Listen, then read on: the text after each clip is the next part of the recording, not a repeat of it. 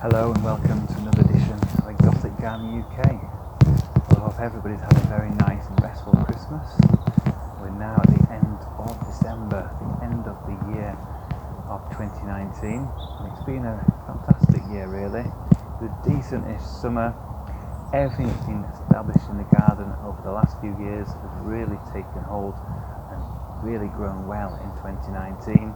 With the great summer displays at the open garden here.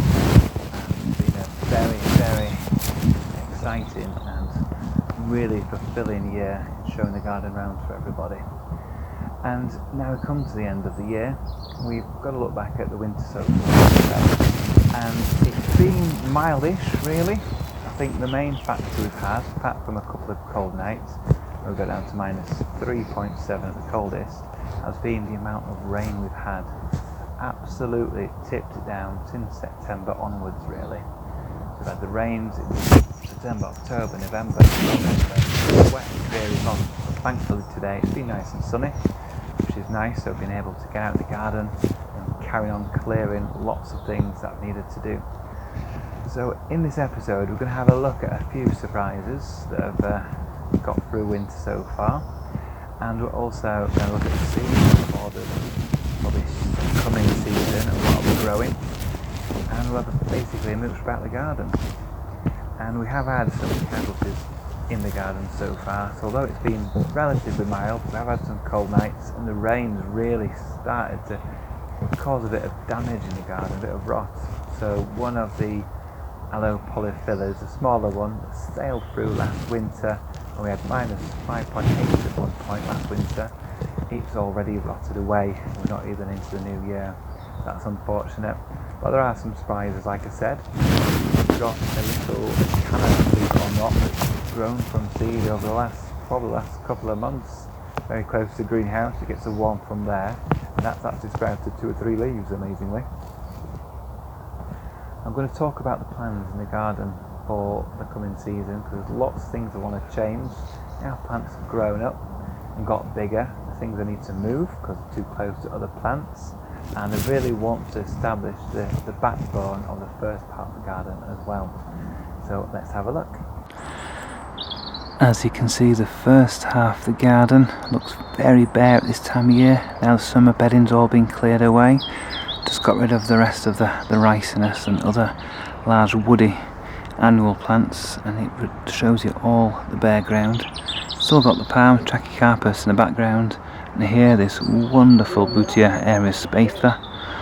And I have left a few things standing, so we've got the cannas that are still standing with their dead leaves now, but the bases of these are firm, and these will be covered with straw very shortly. But thankfully we've got no cold on the way in early January, so I'm not in a mega rush to get this done. I should have really done it a few months ago when we had that very cold few days up here in Yorkshire. So there's lots of planting potential for next year in this area.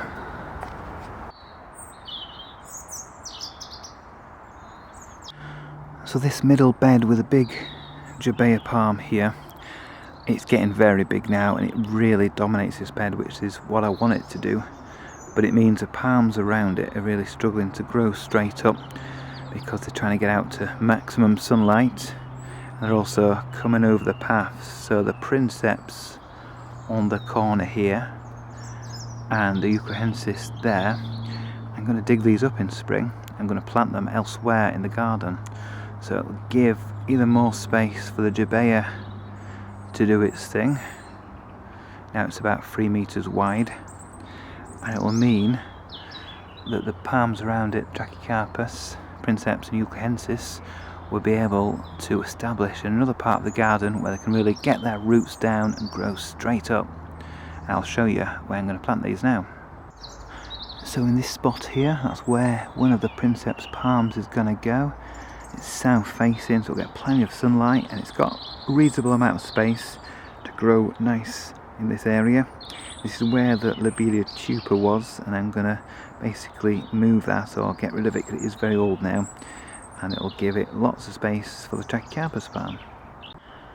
And one of the other trachycarpus palms will go in this area. So I'm going to have to do a lot of changes here, because in here we've got the cannas, gingers, and also the very tall Amicia zygomaris, which has been cut down to the ground now, which is in the middle of the frame. So I may have to move a few plants here.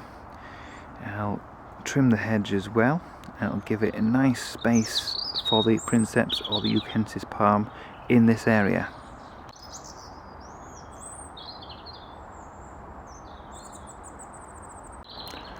This is another area of the garden I want to tackle.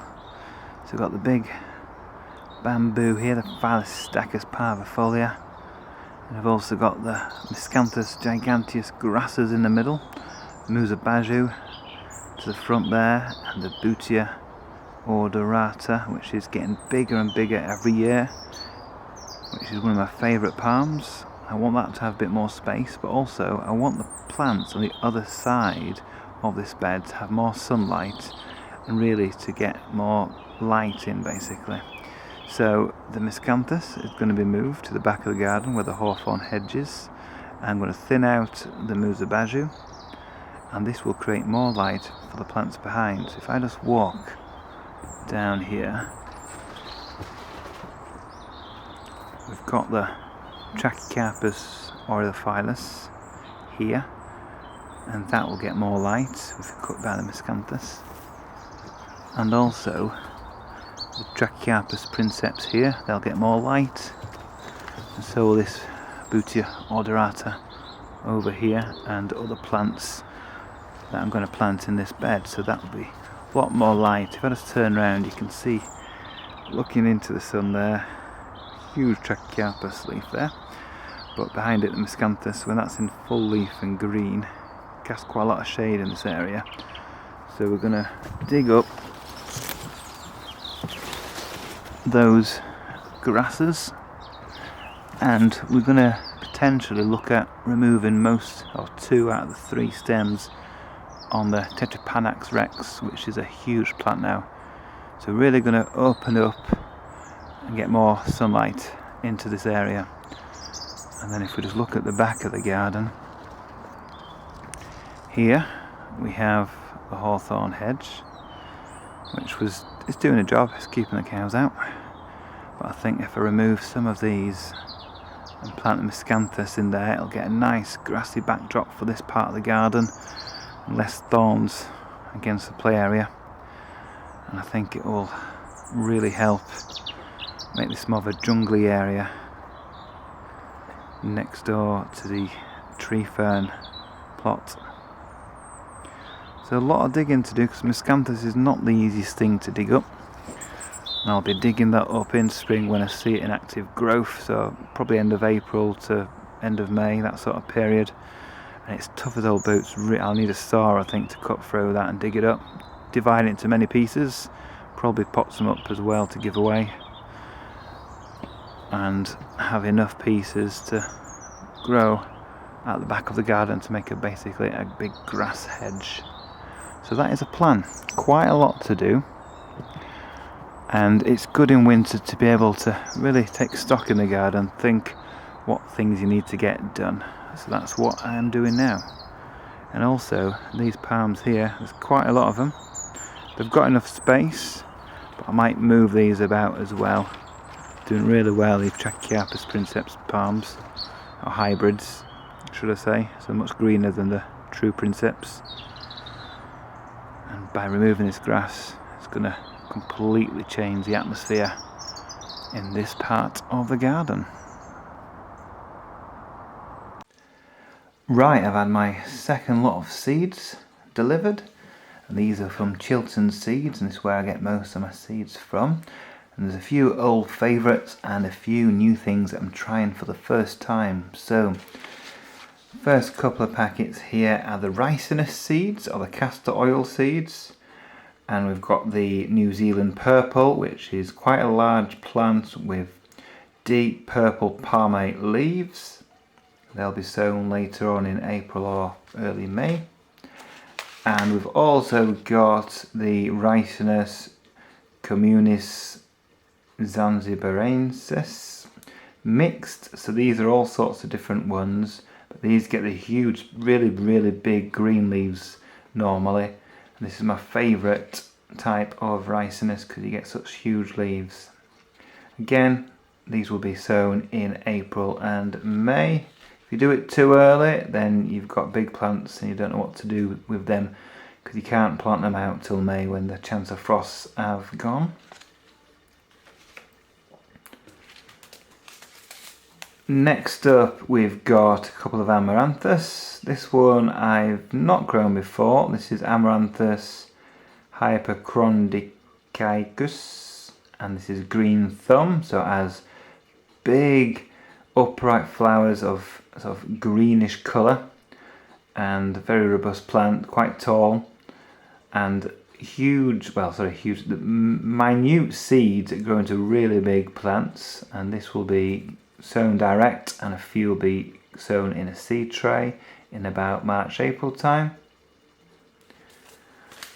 And the next one again is another amaranthus. This is Amaranthus hybridus opio, and this has big upright red feathery flowers, and like pretty much all the amaranthus, they're edible, so you can eat the seeds as amaranthus and also the newest leaves like spinach, and these will grow substantial plants. These will be up to 180 centimeters or 6 foot tall, really big substantial plants, and the flowers will really have a long season of really showy flowers sort of from July onwards.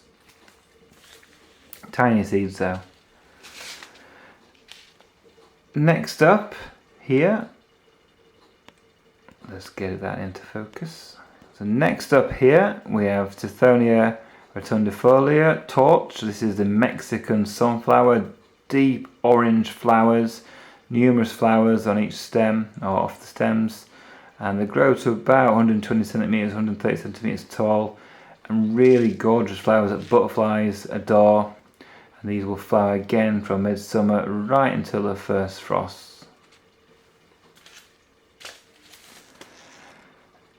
Next up we have a zinnia. I always grow zinnias, and this is Zinnia elegans Benary's Giant series. So I've grown just individual colours in the past few years, either red, scarlets or oranges. This is a mix, so I'll be getting reds, we got oranges, but there'll also be pinks and whites as well. And this is one of the biggest types of zinnias, so substantial plants up to 90 centimeters tall, really nice long lasting flowers. And I'll be sowing these in about April time in individual pots because they don't like root disturbance, and in future videos I'll be showing sowing all these and planting these out. Next up we have a Cleome spinosa Violet Queen. So the seeds that I've been sowing the last few years I've got from my own plants, but this season with all the wet weather we had and early frost, most of the seeds have gone to mush and sort of mouldy from the plants outside, so I've bought some new seeds in. And this is Violet Queen. This is the standard one that I like to grow every year. You can get sort of really deep purple, light purple, sort of like almost a reddish pinkish one as well, but this is a true violet type, and this has the spidery like flowers that everybody asks about on the open day because it's such an unusual but interesting flower.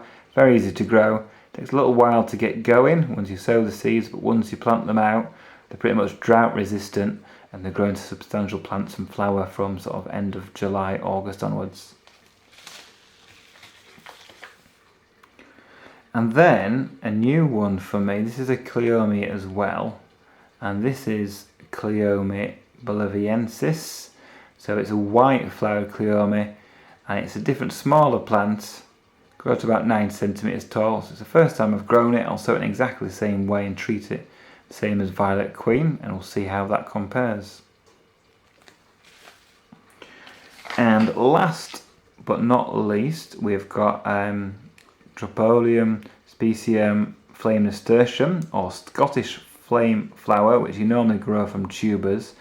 This one's got interesting sowing instructions, so it's got to be sowed straight away, so I'll do that this week, and it wants to be at room temperature, so 18 to 22 degrees, so it needs to be kept at room temperature for 2 to 4 weeks. Then it needs to be somewhere cold, so I'll put it outside. It wants to be -4 to +4 for for 4 to 6 weeks, so I'll get that going, and then it will go to somewhere cool, quite cold, 5 to 12 degrees for a while, and then it'll take a few months to germinate, and then these will eventually form rhizomes, and it's a perennial, and it's a climber with vivid red sort of nasturtium-like flowers. So we'll see how that gets on, but I'll be sowing that first, and the others I'll be sowing in 2020 when the new decade starts. So that's all the seeds I've got on this delivery. Thanks for watching this edition of Exotic Gardening UK, Yorkshire Kris Weekly. Join me next week where I'll be doing more gardening.